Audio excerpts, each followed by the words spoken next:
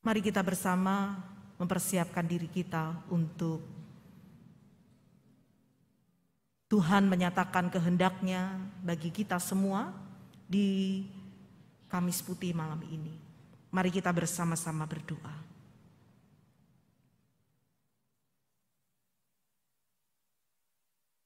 Kami mengucap syukur ya Tuhan. Kami boleh kembali menapaki pesiarahan iman kami di Kamis Putih ini. Kami akan belajar dan mengenang peristiwa di malam sebelum Yesus ditangkap, menderita dan mati.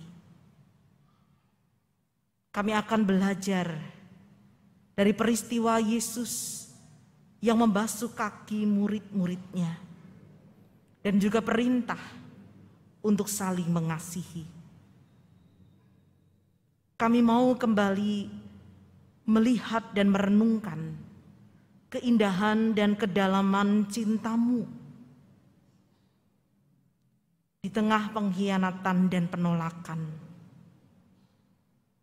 Bahkan di tengah ancaman maut, Engkau tetap mencintai dan mengajarkan tentang cinta. Kami rindu berjumpa dengan cinta itu, supaya hidup kami dihidupi oleh cinta Tuhan,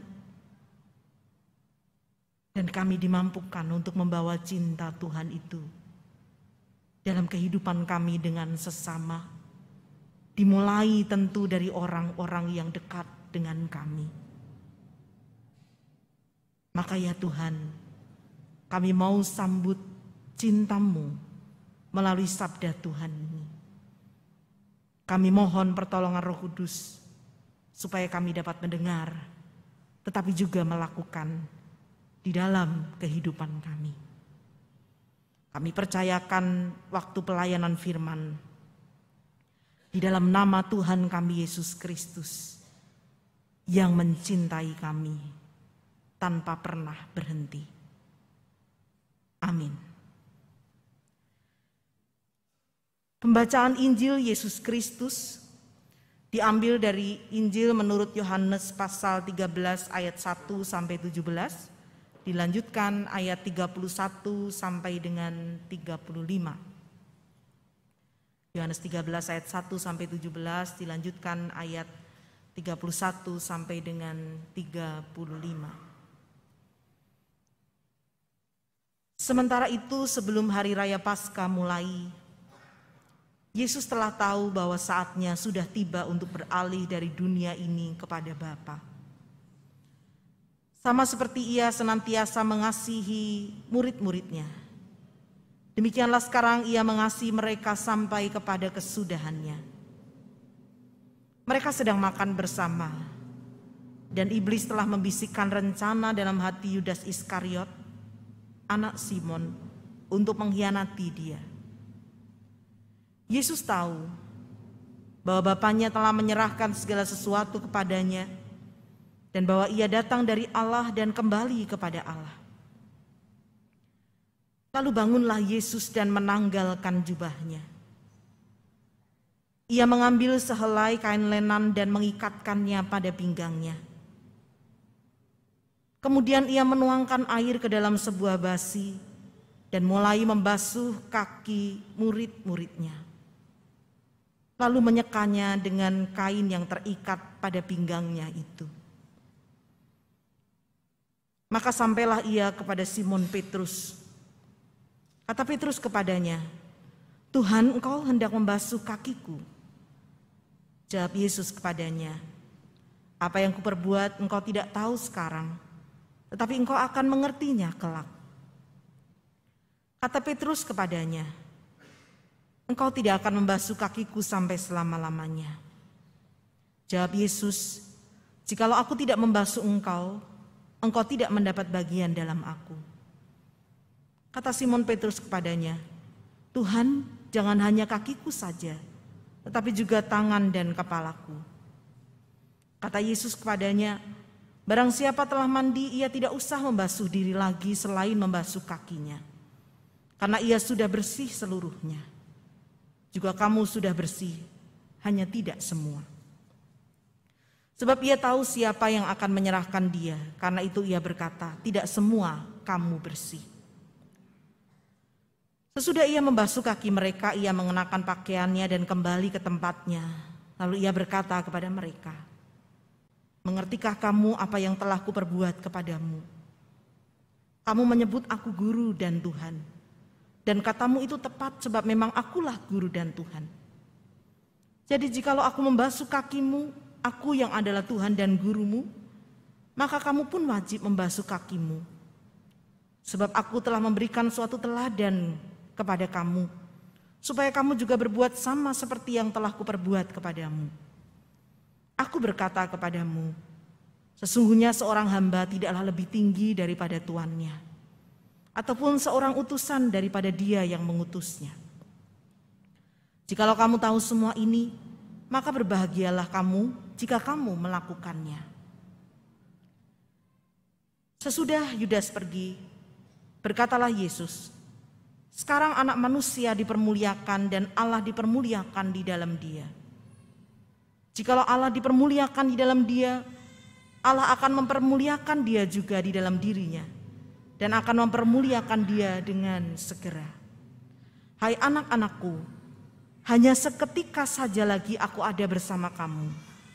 Kamu akan mencari aku dan seperti yang telah kukatakan kepada orang-orang Yahudi, ke tempat aku pergi tidak mungkin kamu datang. Demikian pula aku mengatakannya sekarang juga kepada kamu.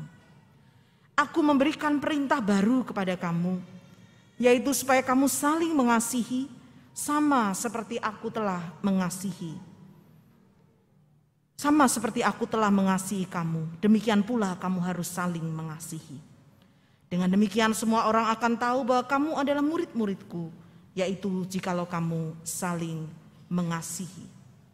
Demikian Injil Yesus Kristus. Yang berbahagia ialah mereka yang mendengarkan firman Tuhan dan yang memeliharanya. Hosiana.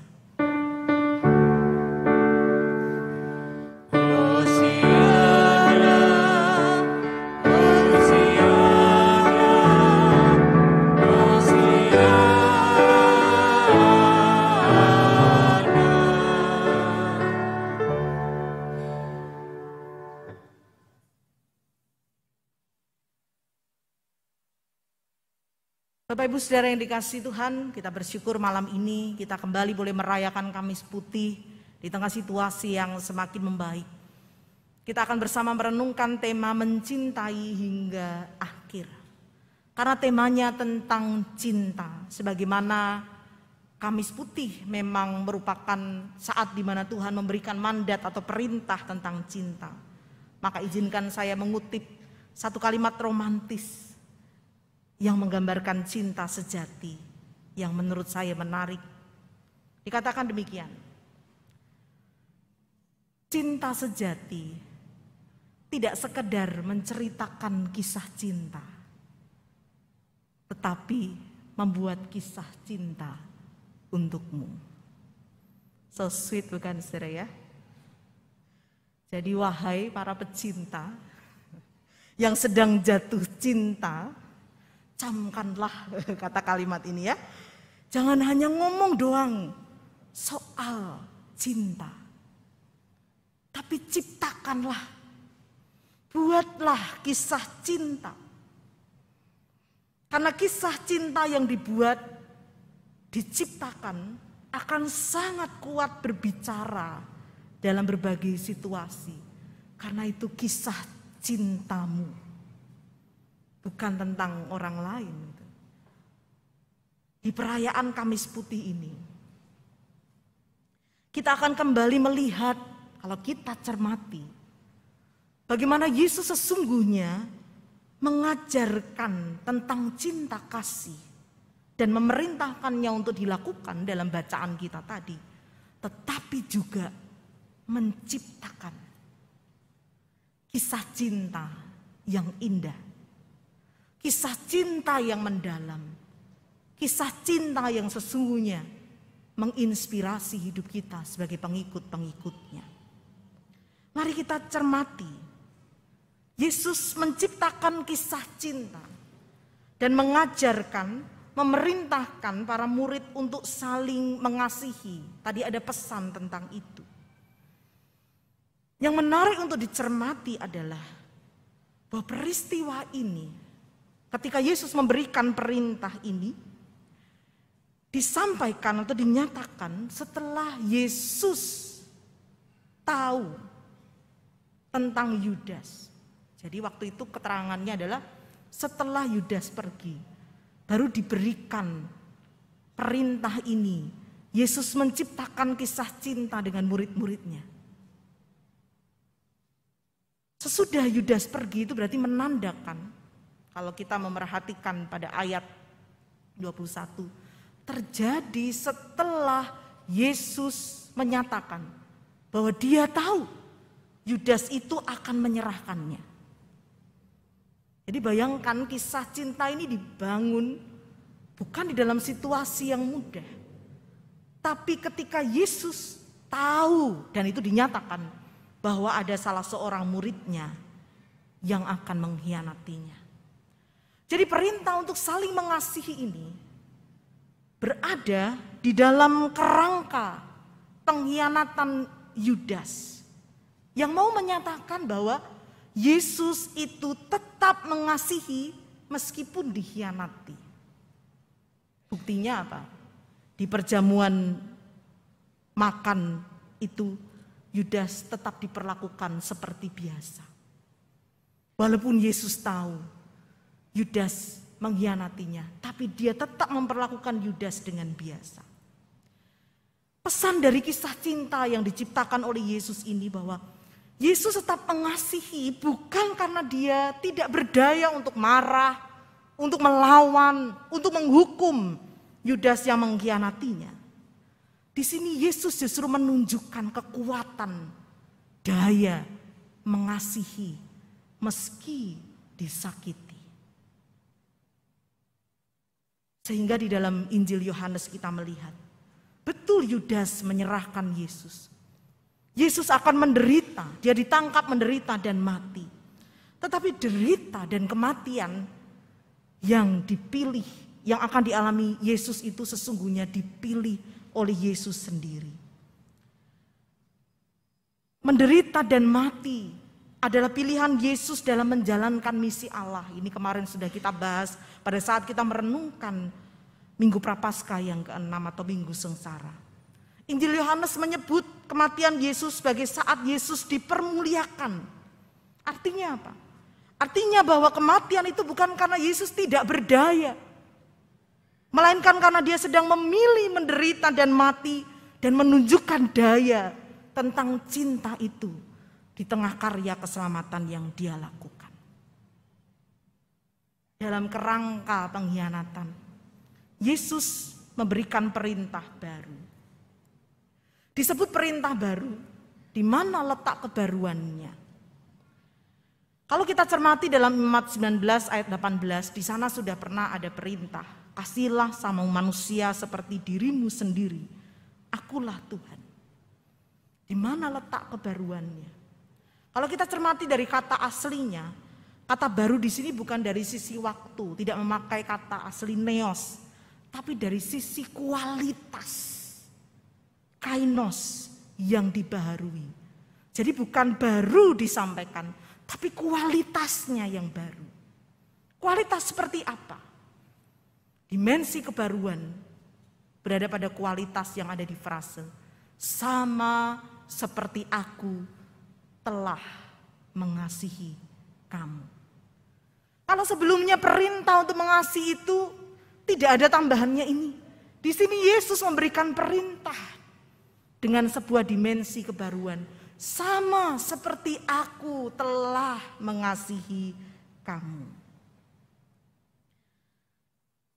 Sebelum memberikan perintah atau mandat untuk saling mengasihi ini, Yesus meneladankan kebesaran cintanya pada peristiwa pembasuhan.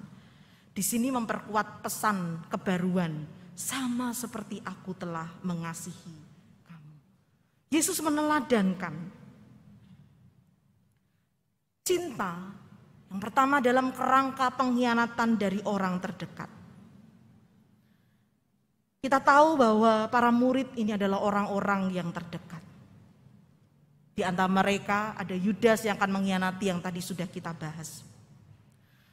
Nyawa Yesus bagi Yudas hanya dihargai 30 keping perak.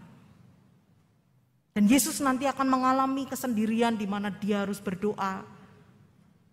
Dekorasi kita ini sudah menggambarkan situasi itu ya.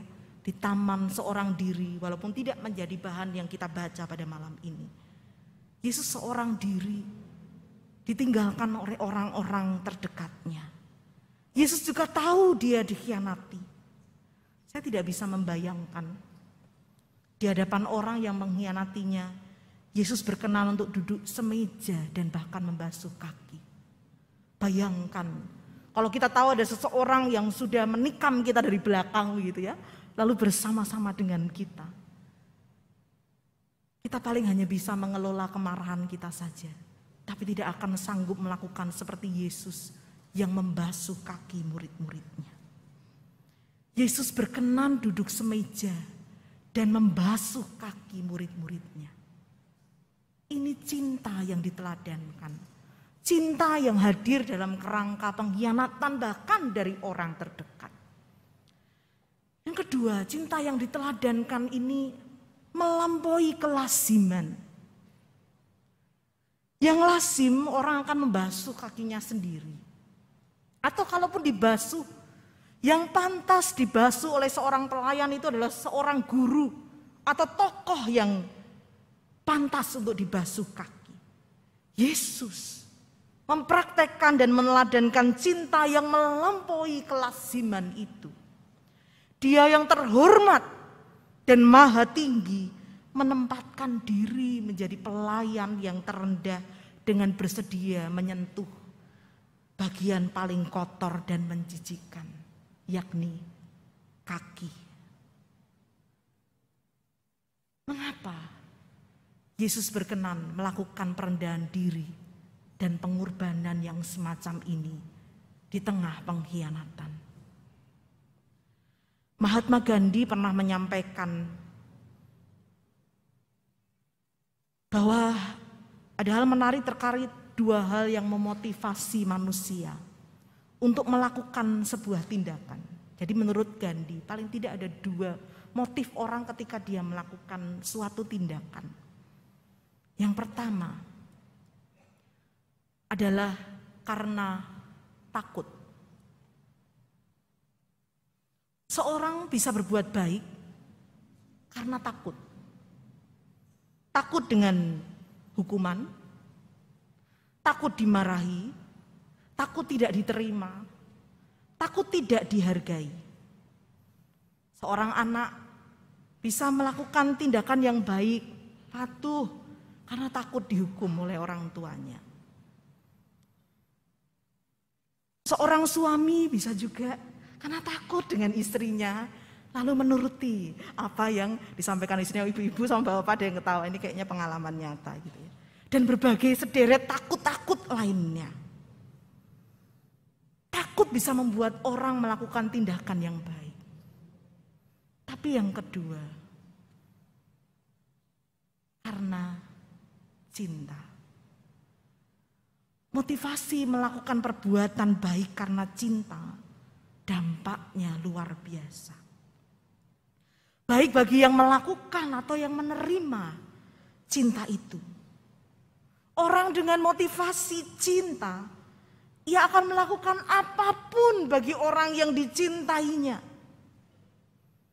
Karena cinta, orang sanggup melakukan hal yang melampaui kelaziman, melampaui segala kesedihan dan sakit, melampaui segala hal yang menjijikkan sekalipun.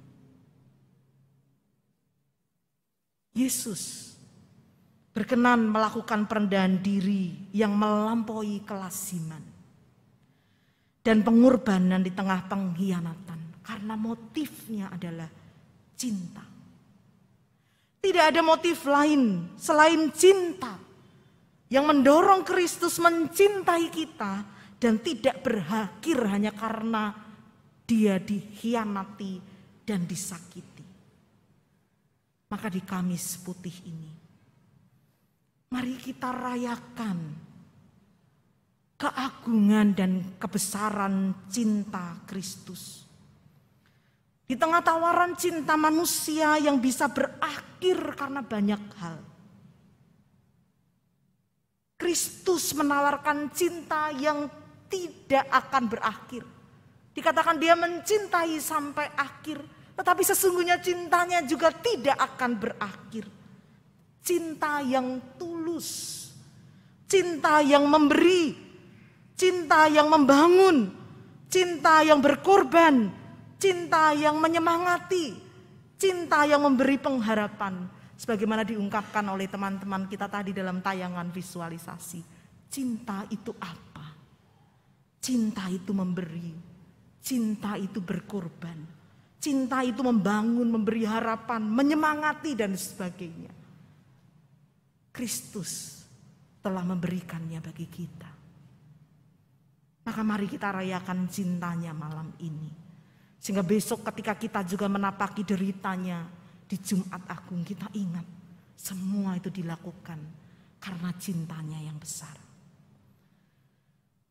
Selanjutnya, kalau Kristus sudah mencintai kita, maka tugas kita adalah mewujudkan mandat dari Kristus untuk saling mengasihi di Kamis Putih ini. Di ayat 14 Tuhan Yesus berkata, jadi jikalau aku membasuh kakimu, aku yang adalah Tuhan dan gurumu, maka kamu pun wajib saling membasuh kakiku.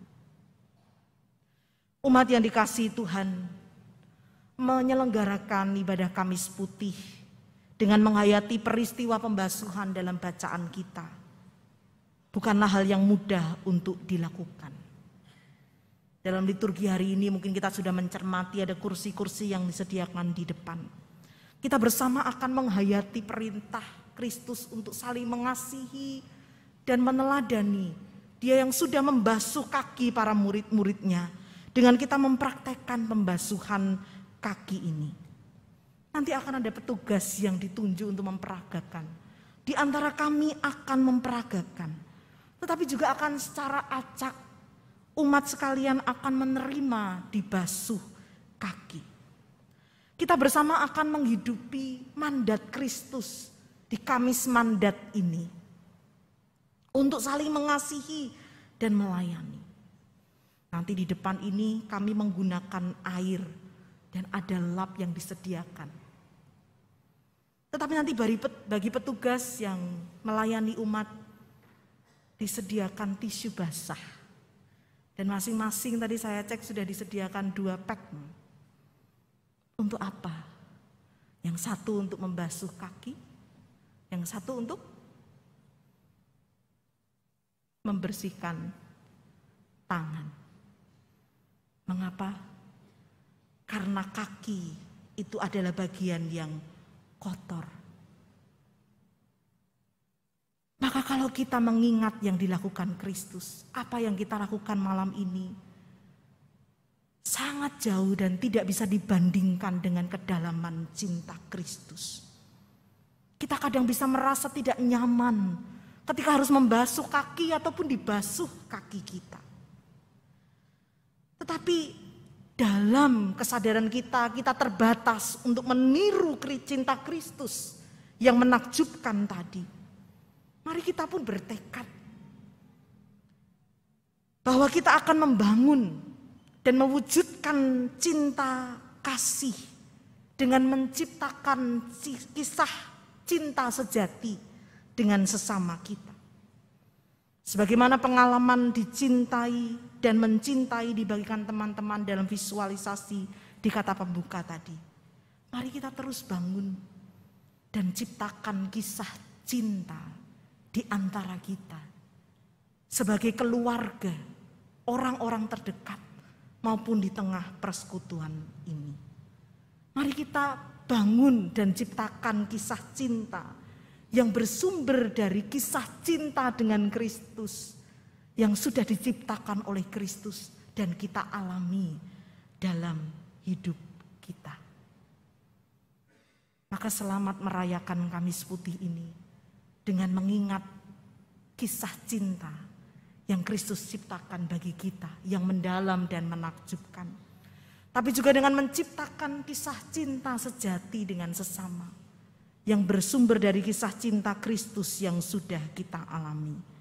Cinta yang sampai akhir, bahkan tidak pernah berakhir.